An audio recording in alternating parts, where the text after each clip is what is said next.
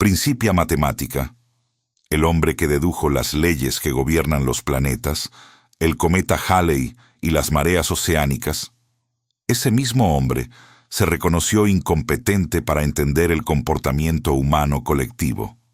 ¿Por qué? Porque la física newtoniana no contiene ninguna herramienta para entender el comportamiento de manada, no contiene herramientas para entender el sesgo de prueba social, no contiene herramientas para entender cómo las emociones distorsionan el juicio bajo presión colectiva. La biología y la psicología contienen esas herramientas, pero Newton no las había integrado.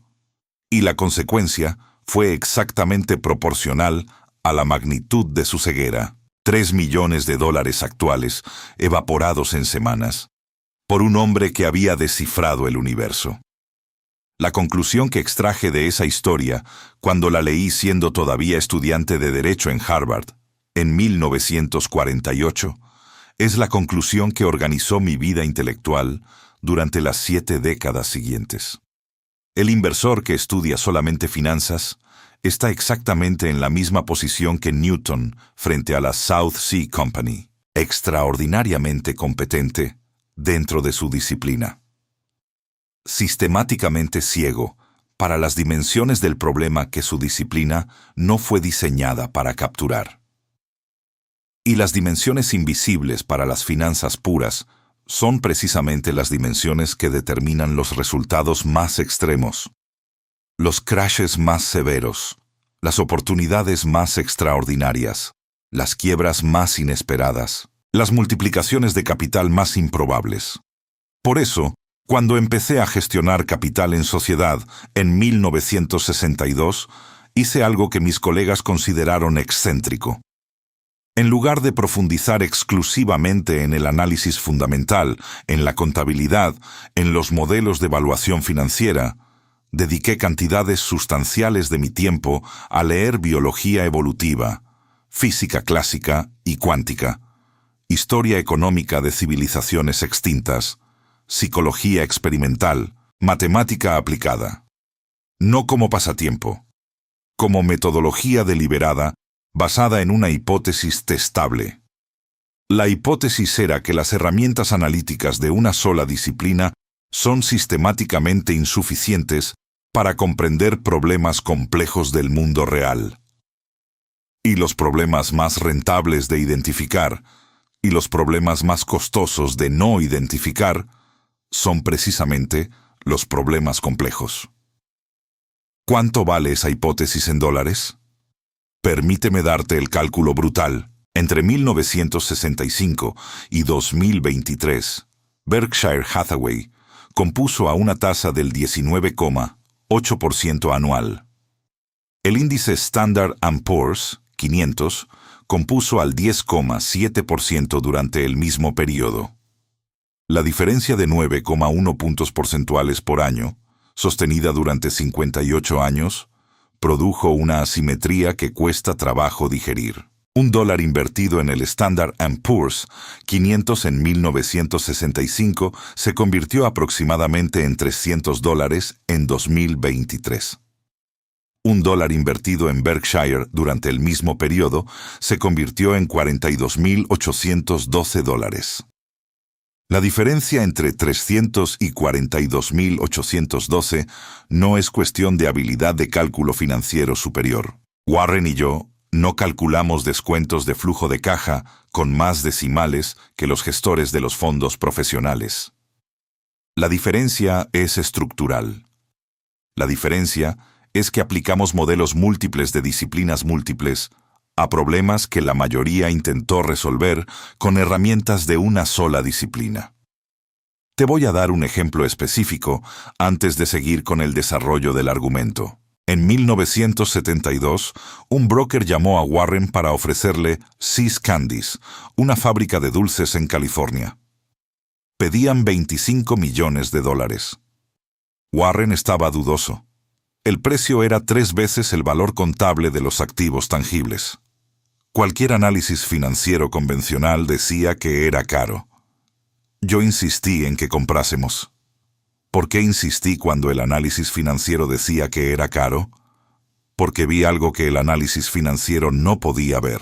Vi una marca emocional construida durante décadas.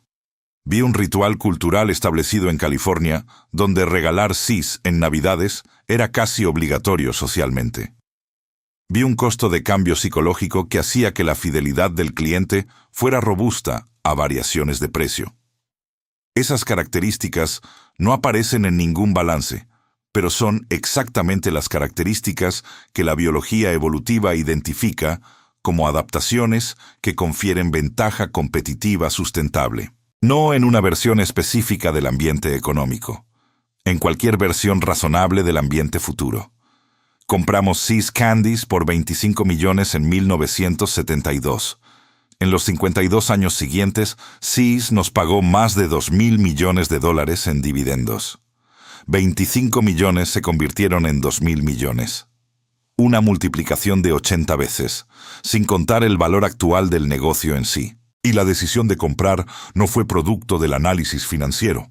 Fue producto de aplicar un modelo biológico a un problema que parecía financiero. La mayoría de los inversores sofisticados de 1972 rechazaron See's Candies porque sus modelos financieros decían que era caro. Sus modelos eran correctos dentro de su disciplina, pero su disciplina no era suficiente para el problema. Ahora quiero llevarte a algo más profundo, más estructural. Quiero mostrarte por qué Charles Darwin, un naturalista que murió en 1882, es probablemente el pensador más útil para entender mercados financieros del siglo XXI que jamás haya existido. Darwin publicó El origen de las especies en 1859. El argumento central es elegantemente simple. Los organismos con características que aumentan su supervivencia y reproducción en el ambiente actual tienden a proliferar. Los organismos sin esas características tienden a declinar. La selección no es dirigida por nadie. Es producto automático de la interacción entre variabilidad poblacional y presiones ambientales. Repetida durante suficientes generaciones, esa selección produce adaptaciones de complejidad asombrosa, sin que ningún diseñador haya intervenido. ¿Por qué es relevante esto para invertir? Porque las empresas son organismos en un sentido funcional. Compiten en ambientes que cambian. Las empresas con características que las adaptan al ambiente actual proliferan, ganan participación de mercado, aumentan márgenes, atraen capital. Las empresas sin esas características declinan. Eso lo enseña cualquier escuela de negocios decente. Lo que Darwin agrega que las escuelas de negocios omiten es el concepto de paisaje adaptativo, la topografía del ambiente competitivo, y cómo cambia ese paisaje de formas que tornan súbitamente desadaptativas características que antes eran adaptativas. Una especie que se especializa en una fuente de alimento específica puede dominar su nicho durante generaciones. Si esa fuente desaparece o cambia, la especialización que era fortaleza se convierte en vulnerabilidad fatal. La velocidad de adaptación, determinada por la variabilidad genética de la población y por el ritmo reproductivo, determina supervivencia. ¿Conoces el caso Kodak? Probablemente sí. Pero quiero que lo veas con ojos darwinianos, no con ojos financieros. Kodak fue fundada en 1880. Dominó el mercado global de película fotográfica durante un siglo. En 1996, tenía 16.000 millones de dólares en ingresos, 145.000 empleados y 67% del mercado americano de cámaras y película. En 2012, quebró. ¿Por qué quebró? No fue por incompetencia operacional. Kodak fabricaba productos excelentes hasta el final. Quebró por hiperespecialización en una tecnología específica dentro de un ambiente que cambió radicalmente. Y aquí está el detalle que destruye cualquier análisis financiero superficial. La propia Kodak inventó la cámara digital. 1975. Un ingeniero llamado Steve Sasson construyó el primer prototipo dentro de los laboratorios de Kodak. La dirección corporativa, En una decisión documentada, suprimió el desarrollo porque amenazaba el negocio de película. La biología evolutiva tiene un nombre para eso: trampa evolutiva. La situación donde la especialización exitosa en el ambiente actual inhibe la adaptación necesaria para el ambiente futuro. Kodak estaba en una trampa evolutiva clásica, y cualquier inversor que hubiera mirado el balance de Kodak en 1990 habría visto una empresa sólida con márgenes excelentes, flujo de caja robusto, posición dominante. El análisis financiero veía una empresa saludable. El análisis biológico veía una especie hiperespecializada en un nicho que la tecnología emergente iba a borrar. Los dos análisis miraban la misma empresa. Llegaban a conclusiones opuestas. Y solamente uno de los análisis estaba mirando las dimensiones del problema que iban a determinar el resultado. Compara Kodak con Coca-Cola. En 1988, Warren y yo compramos $1.300 millones en acciones de Coca-Cola. La mayoría de los analistas dijo que estábamos pagando demasiado. Las métricas financieras tradicionales no justificaban completamente el precio. Pero Coca-Cola no vende una tecnología específica. Vende distribución global, marca emocional, ritual de consumo establecido culturalmente en 200 países. Esos activos se adaptan a cambios de empaquetado, de formato, de canal de distribución, de gusto del consumidor. Esos activos sobreviven a transformaciones tecnológicas porque no dependen de ninguna tecnología específica. Vendemos esa decisión hoy y reconocemos que fue una de las mejores asignaciones de capital de la historia de Berkshire. Coca-Cola nos paga $700 millones en dividendos cada año. Hemos recuperado nuestra inversión inicial 5 veces solamente en dividendos, y todavía tenemos las acciones. La mayoría vendió cuando ganó 20%. Nosotros nunca vendimos. Esa diferencia no es cuestión de paciencia psicológica.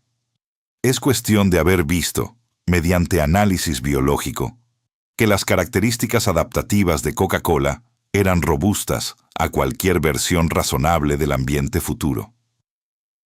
Ahora quiero introducirte a Richard Feynman, probablemente el físico teórico más importante de la segunda mitad del siglo XX, después de Dirac y Heisenberg. Feynman ganó el Nobel en 1965 por desarrollar la electrodinámica cuántica, que es la teoría más precisa que la física jamás produjo, con predicciones verificadas hasta 12 decimales. Pero el Feynman que más me influenció no fue el Feynman de los cálculos. Fue el Feynman que dijo una frase que uso como criterio de calidad intelectual desde que la leí por primera vez. Feynman dijo que si crees que entiendes la física cuántica, no entiendes la física cuántica. La humildad epistémica embutida en esa frase, el reconocimiento de que sistemas suficientemente complejos resisten la intuición humana incluso después de décadas de estudio, es el insight más transferible de la física al investimento. La física clásica describe sistemas lineales donde las causas producen efectos proporcionales. Fuerza duplicada produce aceleración duplicada. Temperatura duplicada en un gas ideal duplica la presión. La intuición humana, calibrada por la evolución en un mundo predominantemente lineal, es razonablemente buena anticipando consecuencias en sistemas lineales. El problema es que los sistemas financieros, como los sistemas físicos complejos, son fundamentalmente no lineales. Causas pequeñas pueden producir efectos enormes. Causas grandes pueden producir efectos despreciables, todo dependiendo del estado del sistema en el momento del impacto. La física de las transiciones de fase es el modelo más preciso que conozco para describir crashes financieros. En física, una transición de fase es el cambio brusco de estado de una sustancia cuando un parámetro crítico es alcanzado. Agua líquida convirtiéndose en hielo sólido a 0 grados centígrados. Vapor de agua a 100 grados. La temperatura no necesita cambiar dramáticamente para que la transición ocurra. Solo necesita cruzar el umbral crítico. Y entonces, el sistema entero cambia de estado casi instantáneamente. Por debajo de 0 grados, agregar calor no desacelera el congelamiento proporcionalmente. Por encima de 0 grados, retirar calor no produce hielo inmediatamente. La transición es no lineal, asimétrica y dependiente del estado actual del sistema. Los mercados financieros tienen propiedades análogas a las transiciones de fase. Durante períodos normales, pequeñas variaciones de sentimiento producen pequeñas variaciones de precio. El sistema está en un estado de equilibrio dinámico, donde los retroalimentadores negativos dominan. Pero cuando el apalancamiento sistémico alcanza determinado nivel, cuando la correlación entre carteras de diferentes inversores aumenta suficientemente por concentración en estrategias similares, cuando las posiciones vendidas en corto representan proporción crítica del mercado, el sistema entra en una región de equilibrio inestable, donde un pequeño choque puede desencadenar retroalimentación positiva amplificadora. De la misma forma que un cristal de hielo que surge en agua superfría puede desencadenar congelamiento instantáneo de todo el volumen. El crash de octubre de 1987 es el ejemplo más puro de esa física en los mercados financieros del siglo XX. El lunes 19 de octubre, el Dow Jones cayó 22,6% en un solo día, sin que hubiera ningún evento fundamental de magnitud proporcional. La causa inmediata fue la acumulación de órdenes de venta automatizadas, llamadas Portfolio Insurance, que al ser activadas generaban más caídas, que activaban más órdenes, en retroalimentación positiva clásica de transición de fase. El sistema había alcanzado estado de equilibrio inestable mediante la acumulación de estrategias similares en gran escala. El choque inicial fue pequeño. La amplificación fue colosal. Los modelos económicos basados en presupuestos de distribución normal no previeron y no podían prever ese comportamiento, porque las distribuciones normales no tienen las colas gordas que la física de sistemas complejos predice. ¿Qué hicimos Warren y yo el lunes negro? Mientras todos vendían en pánico, nosotros teníamos efectivo. Compramos. Y aquí está el detalle que la mayoría de los libros de finanzas no captura. No compramos porque tuviéramos un modelo cuantitativo que dijera que el precio había caído por debajo del valor intrínseco. Compramos porque entendíamos, por análisis físico de la naturaleza de la transición, que el evento era de tipo amplificación mecánica de retroalimentación positiva, no de tipo deterioro fundamental de empresas. Las empresas que estábamos comprando no se habían vuelto un 22% menos valiosas en 24 horas. El sistema había transitado de fase, pero las empresas dentro del sistema tenían los mismos flujos de caja, las mismas marcas, las mismas ventajas competitivas que tenían el viernes anterior. 3 años después, quienes compraron ese día habían duplicado su dinero. Quienes vendieron en pánico tardaron 6 años en recuperar lo perdido. ¿Cuánto cuesta no entender física de transiciones de fase aplicada a mercados? Permíteme darte el cálculo. Si en lugar de comprar en octubre de 1987 hubieras vendido tu cartera de Standard & Poor's 500 por valor de $100,000, habrías recibido aproximadamente $77,400 después del crash. Si hubieras esperado 6 años para volver a comprar, comprarías al precio de octubre de 1993.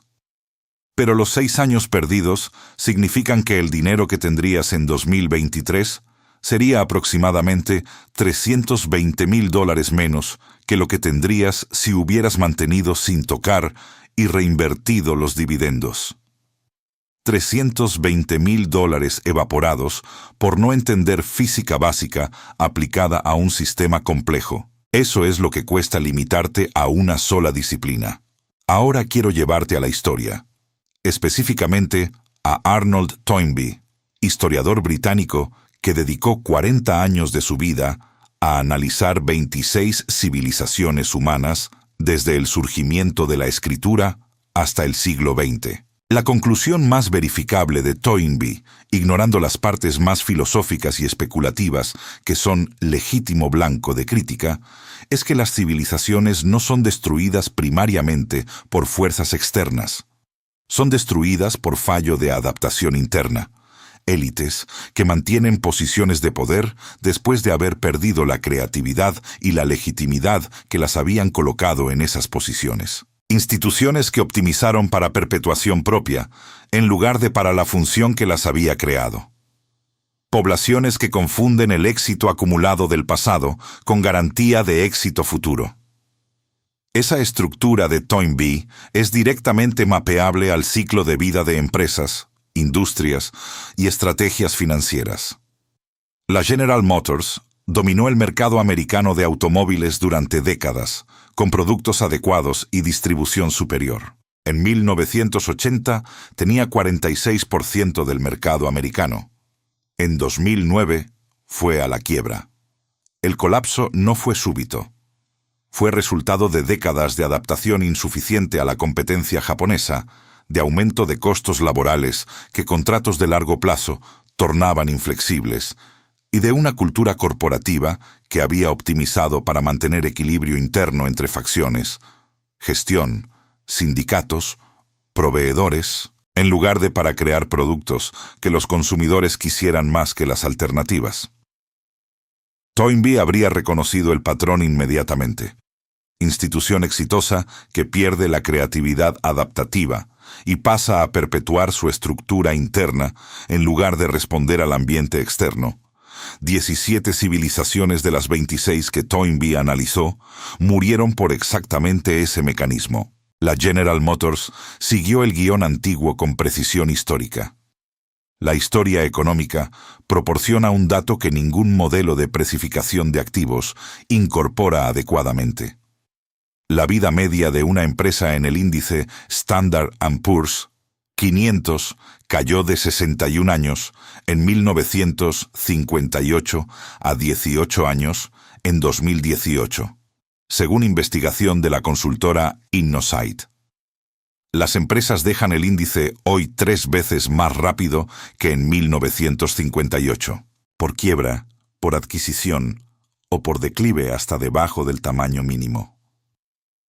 Eso significa que el inversor que compra cualquier empresa individual hoy enfrenta probabilidad histórica de que esa empresa no exista en el índice dentro de 18 años. Comprar un índice que se autoactualiza, eliminando los que declinan y agregando los que crecen, es la solución estructural que esa dinámica histórica sugiere para la mayoría de los inversores individuales. Pero para quien selecciona empresas individuales, la historia enseña que la pregunta no es si la empresa es buena hoy. Es si tiene la variabilidad adaptativa para seguir siendo buena en ambientes que todavía no existen. La historia de las burbujas financieras, desde la manía de los tulipanes en Holanda en 1637 hasta la burbuja de las criptomonedas en 2021, revela un patrón de anatomía tan consistente que sería tentador llamarlo ley histórica, si la historia no enseñara también que las leyes, aparentemente universales, son quebradas con suficiente frecuencia para que la humildad epistémica sea siempre preferible a la certeza. El patrón es el siguiente. Innovación genuina o cambio real crea oportunidad real. Los beneficios iniciales atraen atención. El éxito visible atrae capital especulativo. El flujo de capital eleva precios más allá de cualquier fundamento. El exceso de precio atrae más especulación, basada en la expectativa de que otros seguirán comprando. Lo que Keynes llamó el concurso de belleza, donde el ganador no es quien identifica al más bello, sino quien predice lo que los otros considerarán más bello. La ruptura ocurre cuando el flujo de nuevo capital especulativo se desacelera, sin necesidad de evento externo dramático. Permíteme darte el cálculo de la manía de los tulipanes para que sientas la magnitud. En febrero de 1637, en el pico de la burbuja, un solo bulbo de tulipán de la variedad Semper Augustus se vendía por 10.000 florines holandeses. Para que tengas una referencia, un artesano calificado en Holanda en esa época ganaba aproximadamente 300 florines por año. Eso significa que un solo bulbo de tulipán valía 33 años de salario de un artesano calificado. 33 años de trabajo por una flor que florece durante una semana al año. En 3 meses, el precio cayó 99%. Cualquier persona que aplicara historia económica básica habría reconocido el patrón. Pero la mayoría no estudiaba historia económica. Estudiaba el precio del día anterior y proyectaba el precio del día siguiente como continuación de la tendencia. Es decir, aplicaban física lineal a un sistema que estaba en transición de fase. Y pagaron el precio. ¿Te suena familiar? Debería sonarte. En 2021, una sola imagen digital, llamada token no fungible, de un mono con sombrero y gafas, se vendió por $3.4 millones. $3.400.000. Por una imagen que cualquier persona puede copiar con clic derecho y guardar como. 19 meses después, esa misma colección había caído más de 95% en valor promedio. Las personas que pagaron 3.4 millones por la imagen del mono no eran tontos por nivel de coeficiente intelectual. Muchos eran ingenieros formados en universidades de élite, programadores de Silicon Valley, empresarios exitosos. Eran tontos en sentido específico. Habían acumulado sofisticación técnica en una disciplina, la tecnología, sin haber estudiado historia económica suficiente para reconocer el patrón de Tulip Mania repitiéndose con un sustrato técnico nuevo. La historia no se repite, pero rima brutalmente. Cuando uno no estudia historia, uno paga el precio de las rimas que no escuchó venir. Ahora quiero llevarte al concepto que organizó mi forma de pensar durante 6 décadas. En 1994, en una conferencia en la Universidad del Sur de California, articulé formalmente algo que había guiado mi mente desde los años 40. Lo llamo el enfoque de modelos mentales. La idea es simple en su formulación, pero profunda en sus implicaciones. Cada gran disciplina intelectual contiene un conjunto de modelos, formas de ver y estructurar la realidad. Esos modelos son más o menos aplicables a diferentes tipos de problemas. El inversor que posee solamente los modelos de finanzas y contabilidad está intentando resolver todos los problemas con un conjunto limitado de herramientas. Cuando el problema tiene dimensiones que las herramientas financieras no capturan, y la mayoría de los problemas importantes tiene esas dimensiones, el inversor es ciego a esas dimensiones, independientemente de la calidad de las herramientas que posee. Hay un dicho viejo: para el hombre que solo tiene un martillo, todo problema parece un clavo. La sofisticación dentro de una sola disciplina no resuelve el problema, lo agrava, porque genera confianza en la capacidad de aplicar la disciplina a situaciones donde la disciplina no es la herramienta correcta. El analista financiero altamente sofisticado, intentando entender por qué los compradores de la imagen del mono pagaron 3.4 millones, es como Newton intentando aplicar leyes de gravitación a la locura colectiva. Las herramientas son excelentes. El problema requiere otras herramientas. ¿Cuáles son los modelos mentales esenciales? Permíteme listarlos sin formato visual, simplemente nombrándolos en flujo. La biología evolutiva proporciona modelos de selección competitiva, ventaja adaptativa, paisaje de fitness y transiciones de fase en poblaciones. La física proporciona modelos de equilibrio y desequilibrio, retroalimentación positiva y negativa, sistemas caóticos y efectos de umbral. La historia proporciona modelos de ciclos institucionales, patrones de ascensión y declive, y comportamiento de poblaciones en condiciones extremas. La psicología proporciona modelos de sesgos cognitivos, comportamiento de grupo, y los mecanismos por los cuales las emociones distorsionan el juicio. La matemática proporciona modelos de probabilidad, distribuciones y las consecuencias de segunda y tercera orden que la intuición lineal no capta. La economía proporciona modelos de incentivos, alocación de recursos y consecuencias no intencionadas de intervenciones. La química proporciona modelos de catalizadores, reacciones de cadena y energías de activación. La ingeniería proporciona modelos de redundancia, márgenes de seguridad y modos de fallo.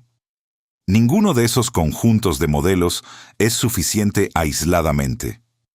La biología sin matemática produce narrativas evolucionarias que no son cuantificables. La física sin historia produce modelos precisos aplicados a fenómenos que el contexto histórico tornaría claramente inadecuados. La psicología sin biología pierde el fundamento evolutivo que explica por qué ciertos sesgos son universales en lugar de idiosincráticos. La interacción entre los modelos, lo que llamo estructura reticular, es lo que produce comprensión que ningún modelo aislado alcanza. Y aquí está la asimetría brutal. La mayoría de los inversores nunca construye esa estructura reticular. Pasan toda la carrera profundizando en una única disciplina. Se convierten en grandes martillos buscando clavos, y el mercado les sirve, regularmente, problemas que no son clavos. Permíteme darte un ejemplo concreto de la estructura reticular en operación. 2005 y 2006. El mercado inmobiliario americano estaba claramente en territorio de burbuja para cualquier inversor que usara modelos históricos. La relación precio sobre renta de inmuebles estaba en picos históricos en múltiples mercados americanos. El precio mediano de una casa en Estados Unidos había subido 128% entre 2000 y 2006, mientras los salarios reales habían crecido aproximadamente 10% en el mismo período. Esa divergencia entre precio de activo y capacidad de pago de la población es una señal de burbuja que cualquier historiador económico identifica. La biología agregaba la observación de que el comportamiento de manada en burbujas es evolutivamente esperado. Seguir al grupo había sido adaptativo durante 200.000 años. El mercado inmobiliario en ascensión era una señal grupal que activaba comportamientos profundamente arraigados en el cerebro humano. La física agregaba el modelo de transición de fase. El sistema había acumulado apalancamiento y correlación suficientes para que la transición del estado de alta al colapso fuera potencialmente no lineal y autorreforzante. La psicología agregaba el sesgo de narrativa. La teoría de la nueva era del mercado inmobiliario, que justificaba valuaciones sin precedente histórico, usando argumentos sobre demografía, escasez de tierra, urbanización. Argumentos que cualquier análisis histórico identificaría inmediatamente como versión moderna de las narrativas que habían precedido todos los crashes anteriores. Cualquiera de esos modelos aislado habría señalado cautela. La estructura reticular completa señalaba catástrofe inminente con claridad que un analista puramente financiero no conseguía ver, porque sus modelos eran insuficientes para el problema. Cuando el sistema colapsó en 2008, el Standard & Poor's 500 cayó 57% desde el pico hasta el fondo. Berkshire tenía $40.000 millones en efectivo cuando el mercado colapsó. ¿Por qué teníamos efectivo cuando todos los demás estaban totalmente invertidos? Porque la estructura reticular nos había mostrado durante 2 años que el sistema estaba en estado de equilibrio inestable. No sabíamos cuándo ocurriría la transición. No sabíamos qué evento específico la desencadenaría. Pero sabíamos, con confianza derivada de modelos múltiples convergiendo, que la probabilidad de transición era alta y que el costo de no tener efectivo cuando ocurriera sería brutal. Cuando el colapso ocurrió, hicimos algunas de las mejores asignaciones de capital de toda la historia de Berkshire. Compramos Goldman Sachs a precios que parecían imposibles. Compramos General Electric Compramos Bank of America con condiciones extraordinarias. Cada una de esas inversiones generó miles de millones de dólares en ganancias en los años subsiguientes. Y la decisión de tener efectivo, cuando todos los demás estaban totalmente invertidos, no fue genialidad. Fue resultado mecánico de aplicar modelos múltiples a un problema que la mayoría intentó analizar con un modelo único. Los resultados de Berkshire entre 2008 y 2015 son resultados financieros. Pero las decisiones que produjeron esos resultados fueron decisiones biológicas, físicas, históricas y psicológicas. La asimetría entre Berkshire y los gestores que perdieron decenas de millones en 2008 no es asimetría de habilidad financiera, es asimetría de modelos disponibles. Ahora quiero ser específico sobre la psicología, porque esa es la disciplina donde la mayoría de los inversores fracasa más predeciblemente. Daniel Kahneman y Amos Tversky documentaron con rigor experimental los sesgos cognitivos que sistemáticamente desvían el juicio humano del óptimo racional. Kahneman ganó el Nobel de Economía en 2002 por ese trabajo, a pesar de no ser economista. Era psicólogo.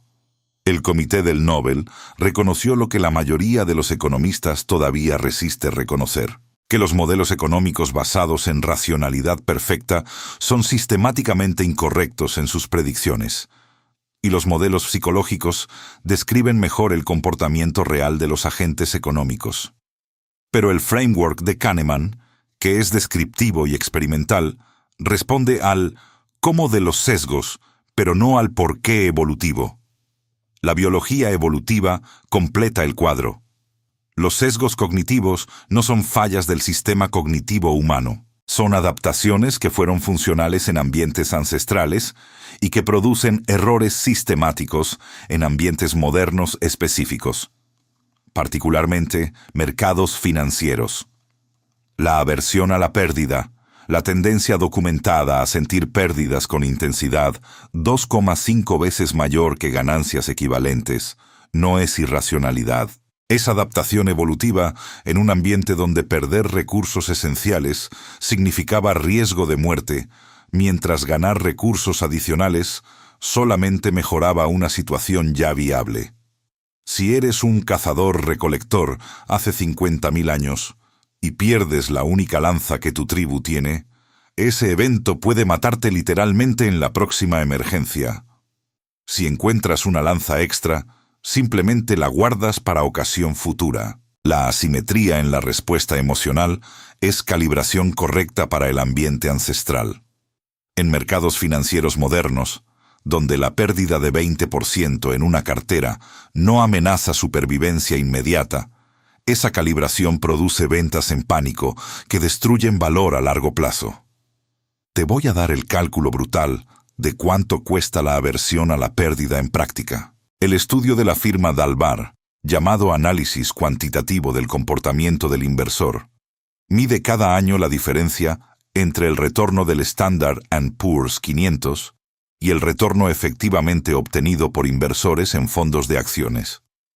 Durante los 20 años terminando en 2022, el Standard & Poor's 500 retornó 9,6% anual compuesto. El inversor promedio en fondos de acciones obtuvo 6,1%, una diferencia de 3,5 puntos porcentuales por año. ¿Por qué la diferencia? No porque los fondos cobraran 3,5% en comisiones. La mayoría cobra mucho menos. La diferencia se debe a que el inversor promedio compra después de subidas y vende después de caídas. Compra alto, vende bajo, sistemáticamente, aversión a la pérdida operando en producción industrial. Calcula lo que esos 3,5 puntos cuestan en 40 años de inversión. Si inviertes $10,000 al 9,6% durante 40 años, terminas con $400,177. Si inviertes los mismos $10,000 al 6,1% durante el mismo periodo, terminas con $107,610.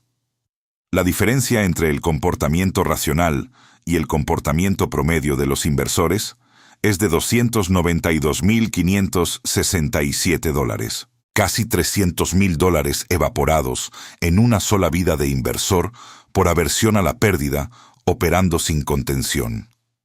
Eso es lo que cuesta no entender el sesgo evolutivo que tu propio cerebro tiene cableado por defecto. El sesgo de prueba social. La tendencia a calibrar comportamiento por lo que los otros alrededor están haciendo. Fue adaptativo en grupos de cazadores-recolectores, donde seguir al grupo frecuentemente representaba acceso a información sobre dónde había comida o predadores. En mercados financieros, produce burbujas. Cuando todos compran activos tecnológicos, el cerebro interpreta el comportamiento colectivo como señal de que los activos son valiosos, independientemente de cualquier análisis de fundamentos.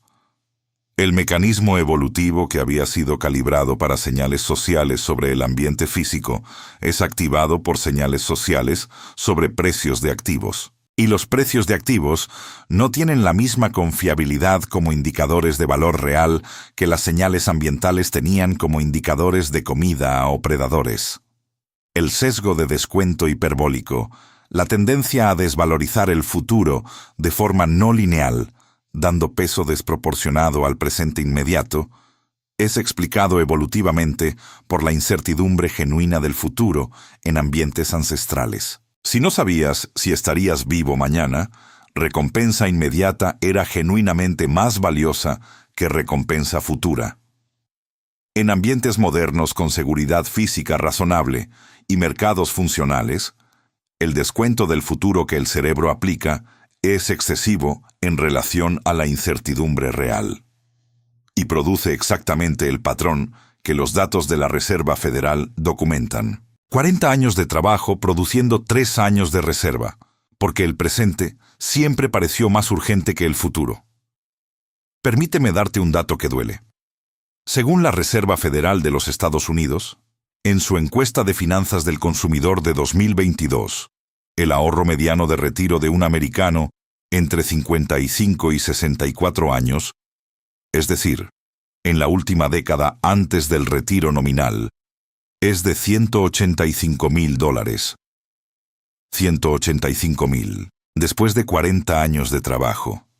Si esa persona se retira a los 65 años con esperanza de vida hasta los 85, tiene 20 años por delante. 185.000 divididos en 20 años son $9.250 por año. $770 por mes. Esa es la diferencia entre dignidad y precariedad financiera. Y esa diferencia es resultado mayormente de descuento hiperbólico operando durante 40 años. Cada decisión individual de gastar hoy, en lugar de invertir, parecía pequeña en su momento.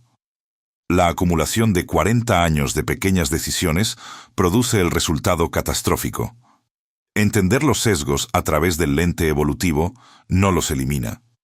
Ningún conocimiento intelectual deshace el hardware neural calibrado por 200.000 años de evolución, pero proporciona el framework para construir estructuras que tornen el comportamiento correcto el camino de menor resistencia, incluso en presencia de los sesgos. Si sé que la aversión a la pérdida me hará querer vender en el próximo crash, puedo construir hoy, en condiciones de calma, reglas explícitas escritas que definen lo que me haría vender versus lo que me haría comprar más. Si sé que el descuento hiperbólico me hará postergar inversiones, puedo automatizar las contribuciones mensuales hoy, antes de que el descuento hiperbólico opere. La biología no resuelve los sesgos, pero explica por qué existen con precisión suficiente para que las soluciones estructurales sean construidas con la especificidad correcta. Aquí hay una pregunta que quiero que te hagas. Si los sesgos cognitivos están cableados en tu cerebro por la evolución, y si saber sobre ellos no los elimina, ¿qué te hace pensar que tu próxima decisión de inversión bajo presión será diferente de la decisión promedio del inversor americano, que perdió $292.000 por aversión a la pérdida? La respuesta honesta es que no será diferente. a menos que hayas construido estructuras concretas, escritas, automatizadas, que operen incluso cuando tu cerebro emocional esté en pánico. La sofisticación intelectual sin estructura comportamental no protege. Newton tenía sofisticación intelectual de nivel mundial. Perdió $3 millones actuales en una burbuja porque no tenía estructura comportamental. Quiero que volvamos brevemente a Darwin antes de continuar, porque hay un concepto darwiniano que es central para entender selección de empresas y que la mayoría de los analistas financieros nunca aplica correctamente. El concepto de especiación.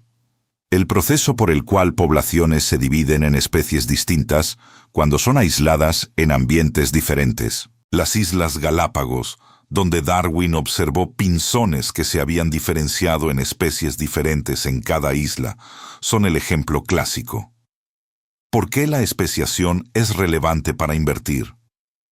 Porque las empresas que dominan nichos específicos con ventajas que las protegen de competencia directa son el equivalente empresarial de especies en aislamiento geográfico.